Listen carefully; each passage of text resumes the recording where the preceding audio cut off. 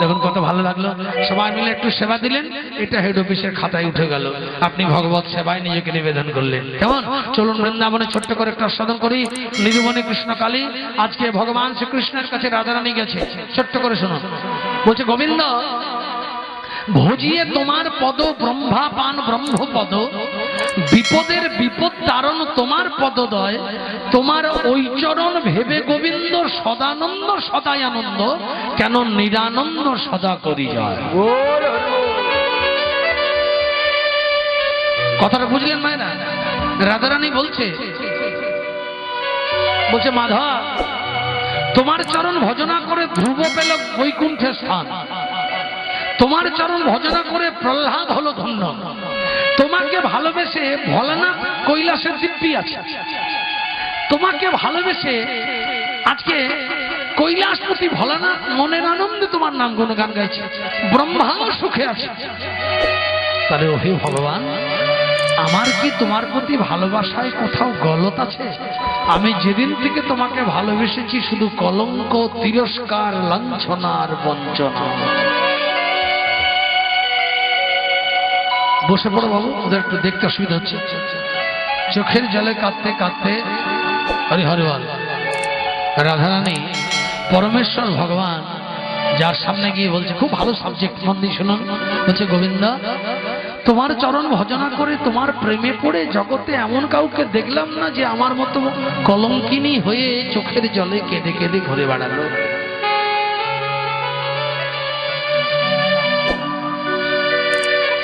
অঝোর নয়নে কেঁদে কেঁদে গোবিন্দের কাছে রাধারানী গিয়ে বলছে, মাধব বলো না, এই কলঙ্কিনী নাম নিয়ে যন্ত্রণাটা কতদিন সইতে হবে? হ্যালো হ্যালো, সাধারণ কথা বললে প্রেশার হচ্ছে কেন? বাড়ি না বলো না, এই কলঙ্কের নাম নিয়ে হ্যাঁ কতদিন আমাকে সইতে হবে? গোবিন্দ কথাটা শুনে বলছে, রাধে তুমি যে চোখের জলে কাঁদছো, একটা প্রশ্নের উত্তর দেবে? বলে, কি? আজ তোমাকে কলঙ্কিনী বলছে, সবাই কুলোটা বলছে, বিচারিণী বলছে, ভ্রষ্টাচারিণী বলছে, তাই তোমার কষ্ট হচ্ছে। তো যারা তোমাকে কটু কথা বলছে তারা কারা তুমি কি আদৌ ভেবে দেখেছ? ভক্ত যে কাঁদছে, ভগবান কত চালাক দেখো। বলছে, রাধে জিসকি ধরতি, রাধারানীকে দেখেই গোবিন্দ গাইছে, জিসকি ধরতি चूम रही है मनमोहन की पाँव, बोलते स्वर्ग से सुंदर लगता है बेस बेस राधे तेरे गाँव। কথাটা মানে বুঝছেন? जिसकी धरती যে ধরতি চুম রহি হ্যায়, মানে ঘন ঘন চুম্বন করছে, মনমোহন কি পাও, মানে কৃষ্ণের চরণ, সেই ধরিত্রী আরো আনন্দিতা, আরো ধন্যা। কেন জানো? স্বর্গ সে সুন্দর लगता है राधे तेरे गाँव। ধরিত্রী আজকে যতটা আনন্দিত আমার চরণ পেয়ে, তার থেকেও বেশি আনন্দ ধরিত্রী এই জন্যে তোমার মতো একজন ভক্তের জন্ম হয়েছে বলে আজ ধরিত্রী স্বর্গ হয়ে গেছে। রাধে তুমি কেঁদো না। গোবিন্দ চোখের জলটি রাধারানী কি উত্তরিয়ে দিয়ে মোছাই বলছে, রাধে আমার তিনটি প্রশ্নের উত্তর দাও, তুমি কেন এত কষ্ট পেয়েছো আমি উত্তর দিয়ে দেব। কি প্রশ্ন? আমার প্রথম প্রশ্ন হচ্ছে, করি মৃগন্তস্য করি নমসিক, একটা হাতির কত ক্ষমতা বলতো রাধে? সিংহ বোঝে না ইঁদুর বোঝে?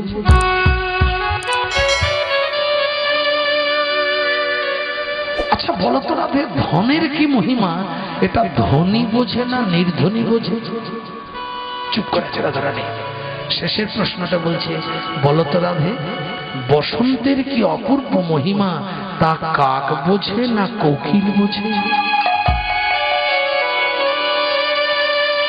মায়েরা আমার কথাটা বুঝতে পারছেন? গোবিন্দ কোন দিকে দিয়ে ঠেলাটা দিচ্ছে দেখুন। রাধারানী কেন কাঁদছে কলঙ্কিনীর নাম নিয়ে, এটি উত্তরটা রাধারানীকেই ঘুরিয়ে দিচ্ছে। বসন্তের কি অপূর্ব মহিমা তা কাক বোঝে না কোকিল বোঝে? কে বোঝে মা? কোকিল যদি কা কা ডাকে মনে হবে বসন্তকাল? মনে হবে না। কিন্তু যদি কুহু কুহু করে ডাকে তখন মনে হবে বসন্তকাল। তো বলছে বসন্তের মহিমা কাক বুঝবে না, কোকিলই বুঝবে। কাক কাকাই করে যাবে। তেমনি রাধা তত্ত্ব সবাই বুঝবে না। যারা বুঝবে না তারা দিবারাত্র তোমাকে কলঙ্কিনী বলবে, যারা বুঝবে তারা চোখের জলে তোমার নাম গাইবে। রাধে রাধে।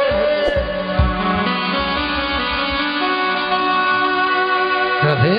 আচ্ছা বলো তো, তুমি যে এত কাঁদছ, অতুল্য ধন তুলসী রে তুলসী রে আমরা যাবে তুলসী রে, বলো রাধে কুকুরে কি তার মান্য রাখে? তার মান্য রাখে। তুমি তো জানো না লক্ষ্মী। রাধারানী কি বলছে? সুখ অতি সুখের পাখি বলো রাধে বেধি কি তারে যতন করে রাখে, যতন করে রাখে। এর নাম গোবিন্দ। কথার মারপেজ দেখেছেন? বলছে রাধে যে তুলসীকে আমরা সকাল সন্ধ্যা ভক্তি ভরে প্রণাম করি, যে তুলসীকে আমরা বলি তুলসী মহারানী বৃন্দাজি মহারানী নমো নমঃ, তো বলছে যে তুলসীকে আমরা ভক্তি ভরে প্রণাম করছি সেই তুলসীকে একটা কুকুর গিয়ে অসম্মান করছে। বলতো রাধে এতে তুলসীর কি করার আছে আর কুকুরের কি দোষ? আচ্ছা বলো, একটা ব্যাধ শিকারী রাস্তা দিয়ে পেরিয়ে যাচ্ছে, গাছের ডালে একটা পাখি বসে বসে আমার গুণগান গাইছে। কি বলছে তারা? দুজনেই বসে আছে। কি বলছে তারা? সুখ বললেই আমার কৃষ্ণ মদন মোহন, সাধী বললেই আমার রাধা বামে যতক্ষণ, সুখ বললেই আমার কৃষ্ণ গিরি ধরেছিল, সাধী বললেই আমার রাধা শক্তি সঞ্চারিল, নইলে পারবে কেন? তো বলছে এমন দুজন পাখি যদি গাছের ডালে বসে থাকে আর একজন ব্যাধের চোখে যদি পড়ে যায়, ব্যাধ কি পাখি দুটো কৃষ্ণের ভক্ত পাখি বলে চরণ ধোয়াবে, নাকি পাখি দুটাকে তুম থেকে বান নিয়ে বলবে আজ ভালোই শিকার হলো? এত বড় আমার ভক্ত পাখি যে দিবারাত্র আমার নাম গায়, সে তীরবিদ্ধ অবস্থায় যন্ত্রণায় ছটফট করতে করতে মারা যাবে।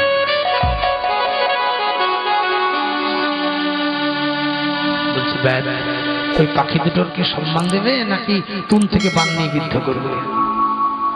যদি তুম থেকে বান নিয়ে পাখিটাকে ব্যাধ বিদ্ধ করে তাহলে বলো তো এতে পাখিটার কি করার আছে আর ব্যাধের কি দোষ?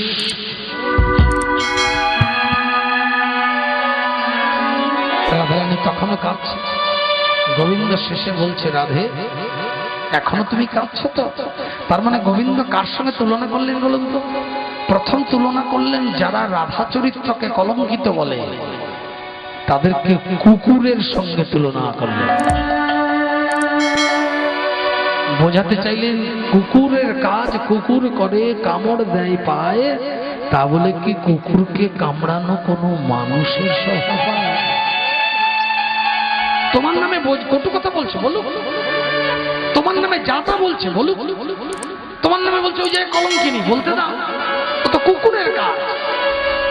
কিন্তু যারা তোমাকে চেনে, যারা জানে তোমার আমার কি মধুর সম্পর্ক, যারা জানে রাধা তত্ত্ব কি, যারা বোঝে রাধার নাম করলে কি হবে, তারা দিবারাত্র চোখের জলে দুহাত তুলে জয় জয় রাধে শ্রীমতী রাধে, জয় জয় রাধে শ্রীমতী রাধে, হরে হরে শ্রীমতী রাধে, জয় জয়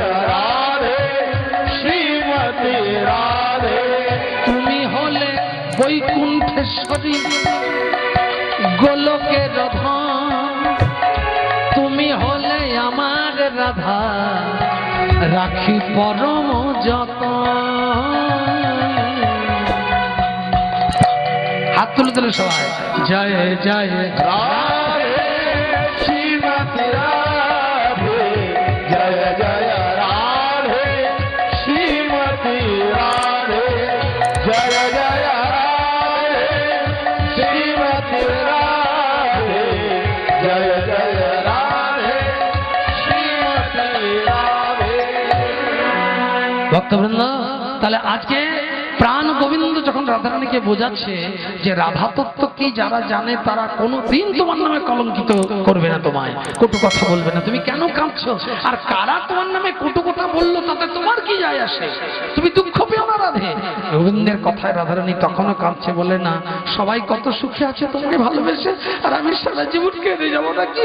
গোবিন্দ শেষ উদাহরণ দিচ্ছে, বানরে সপিলে মতি, মতিতে তার নাই তো মতি, বানরে সপিলে মতি, মতিতে তার নাই তো মতি, অনায়াসে কাটে যাবে দন্তে, অনায়াসে কাটে যাবে দন্তে, অনায়াসে কাটে যাবে দন্তে, অনায়াসে কাটে যাবে দন্তে। কি বলছে?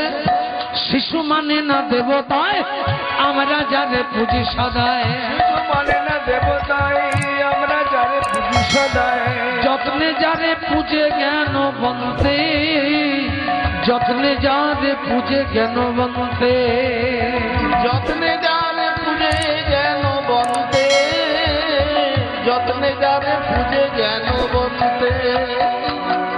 শেষ উদাহরণ দিলেন, রাধারানী কেঁদে যাচ্ছে, শেষ দৃষ্টান্তরে দেখুন, বলছে মনে করো ৭ই নক্ষত্রে ঝিনুকে জল পড়লে অরিজিনাল মুক্তর জন্ম হয়। বলে যদি কেউ একটা খাঁটি মুক্তর মালা নির্মাণ করে কোনো পাত্র খুঁজে না পেয়ে একটা বানরের গলায় পরিয়ে দিল, বানর কি মতির মালার মূল্য দেবে? দেবে? কি বলবে বলুন তো? মতিগুলো দেখে বলবে বাবারে বাবারে কোন গাছের ফল রে বাবা, খ্যাক খ্যাক করতে করতে মালাটাকে কেটে কুটি কুটি করে মাটিতে ফেলে দিল।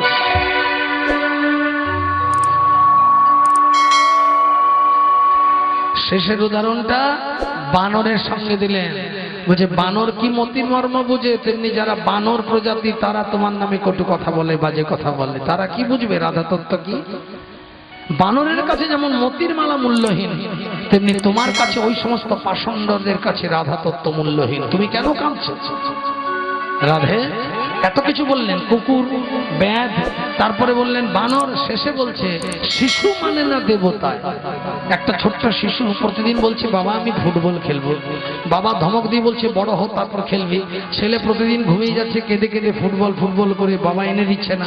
হঠাৎ একদিন গভীর রাত্রিতে ছেলে স্বপ্ন দেখছে আমি ফুটবল খেলছি, যে হঠাৎ করে বাবা মা ঘুমোচ্ছে, ছেলে বিছানা থেকে নেমে গোটা ঘর খুঁজে বেড়াচ্ছে, দেখি তো বাবা কোথায় ফুটবলটা এনেছে।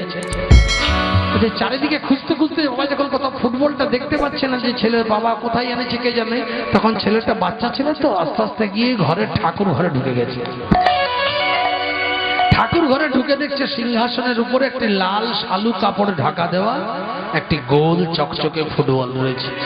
ওর কি আনন্দ, ফুটবলটাকে সিংহাসন থেকে তুলেছে, তুলে নিয়ে বলছে বাবা সকাল হলে যদি খেলতে না দেয় বাবা, তার আগে খেলে নিয়ে একটু রাতে রাতে। এমনি ঘরের বারান্দায় গিয়ে ফুটবল ভেবে আর ওই শালগ্রাম শিলাটাকে জোরে শট মেরেছে।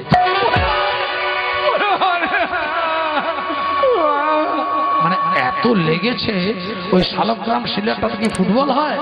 পায়ে যখন আঘাত লেগেছে তখন রেগে মেগে শালগ্রাম শিলাটাকে ধরে বুঝকে ছিল তো, বলে বদমাস ফুটবল, দুষ্ট ফুটবল, তুই আমার কি হচ্ছে কি, তুই আমার পায়ে কেন ব্যথা দিলি, বদমাস কোথাকার। ফুটবলটাকে ধরে নিয়ে রেগে মেগে শালগ্রাম শিলাকে ফুটবল ভেবে ঘরের সামনে পুকুরের জলে ছুড়ে। গোবিন্দ বলছে রাধে অমনি করে কোন শিশু যদি আমাকে শট মেরে পায়ে লাত মেরে যদি ফুটবল ভেবে পুকুরের জলে ছুড়ে ফেলে দেয়, আমি কি তাকে অভিশাপ দেব রাধে?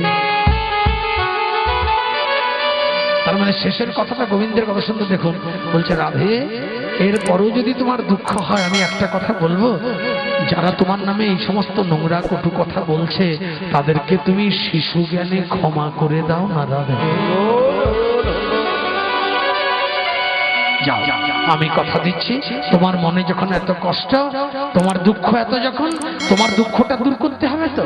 শোনো রাধা, আজকে জগতে তুমি কে জানো? মানুষ 50 গুণের অধিকারী, তারা মায়ার বশ। দেবদেবতা 55 গুণের অধিকারী, তারা মহামায়ার বশ। আমি নিজে কৃষ্ণ স্বয়ং 64 গুণের অধিকারী, আমি স্বয়ং যোগমায়ার বশ। আর এই যোগমায়ার প্রকৃতি শক্তিটি তোমার ভেতর নিহিত আছে রাধে। মনে রাখবেন মা, ভগবানের পূজা করতে গেলে আজ নিতাইয়ের বাড়িতে যার পূজা হচ্ছে, সেই মায়ের পুজো ছাড়া কৃষ্ণ কৃপা জীবনও হবে না। ভগবান নিজে বলছে, আমি থাকি মনে করুন ঝুলন্ত উদ্যানে, ওখানে কোনো ভক্ত গিয়ে যদি আমার চরণ লাভ করতে যায়, তাকে যে সিঁড়িটা দিয়ে উঠতে হবে, সেই সিঁড়ি কাঠটার নাম হলো মাতৃশক্তি। মায়ের কৃপা বিনে গোবিন্দ কৃপা কোনোদিন হয় না। আগে কালী, পরে কালা। আগে মা, তারপর কৃষ্ণ।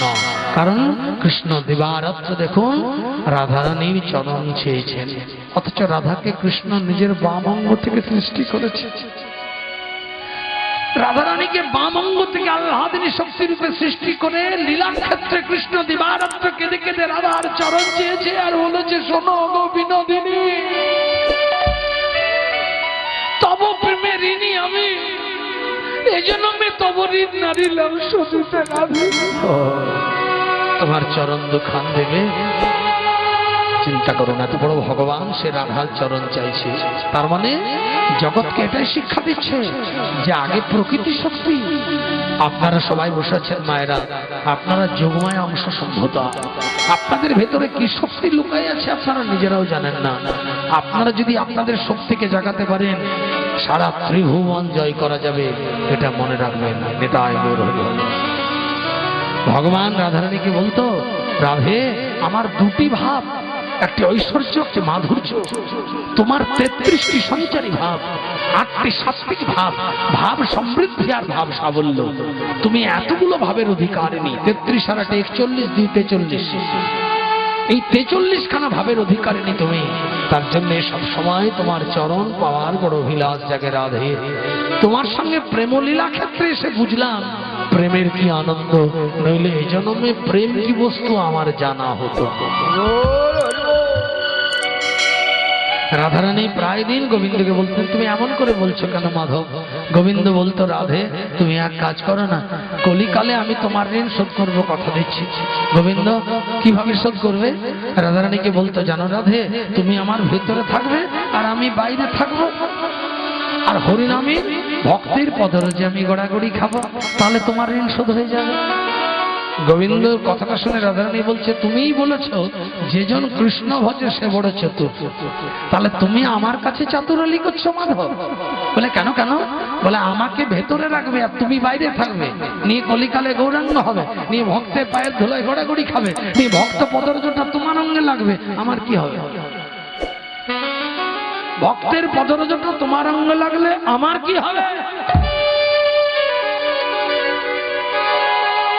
তখন বলছে, বেশ তাহলে কি করতে হবে?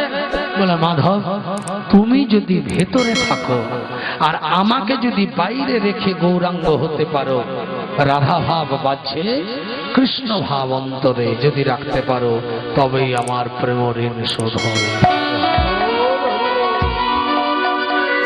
আসল চালাকিটা কি বলেন তো রাধারানী? ভক্ত হবার বড় বাসনা। এই জন্য আমি ভক্ত হয়ে গেলাম গোবিন্দ, পরজন্মেও যেন ভক্তের পদধূলি পেয়ে অন্তত বাঁচতে পারি। আহা, তার জন্য রাধার চালাকিটা কি? যে গোবিন্দ তুমি ভেতরে থাকো, আমি বাইরে থাকবো, নিয়ে যখন ভক্তের পদধূলিতে গড়াগড়ি খাবে, তখন ওই ধুলি আমার অঙ্গে লাগবে, আমার রাধা জীবন সার্থক হবে। গোবিন্দ বলল, তাই হবে রাধে, তুমি থাকবে বাইরে, আমি থাকবো ভেতরে। তাই এই হচ্ছে রাধা কৃষ্ণ। ভগবান নিজে বলছে যে রাধাকে জগতে প্রকাশ না করলে আমাকে কেউ চিনত না। সত্যি, গ্লাস না থাকলে জল বোঝা যাবে? খাবার থালা না থাকলে বোঝা যাবে?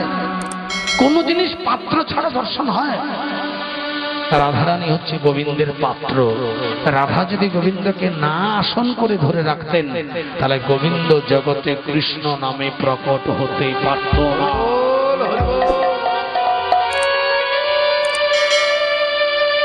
এটা মনে রাখবেন মা। তার জন্যই আজকে রাধা গোবিন্দের বাইরে, গোবিন্দ ভেতরে, কলিকালের গৌরাঙ্গ। তাই রাধা তত্ত্বটা সামান্য নয়। তার জন্য গোবিন্দ বলছে তুমি যে আমার কে এটা যারা জানে তারা কটু কথা বলবে না। তুমি যখন কষ্ট পাচ্ছ আমি তোমার কষ্টটা দূর করার ব্যবস্থা করছি। বলে কি করবে? বলে একবার সুবলকে রাধা সাজিয়ে সুবল মিলনে তোমার দুঃখ দূর করেছে।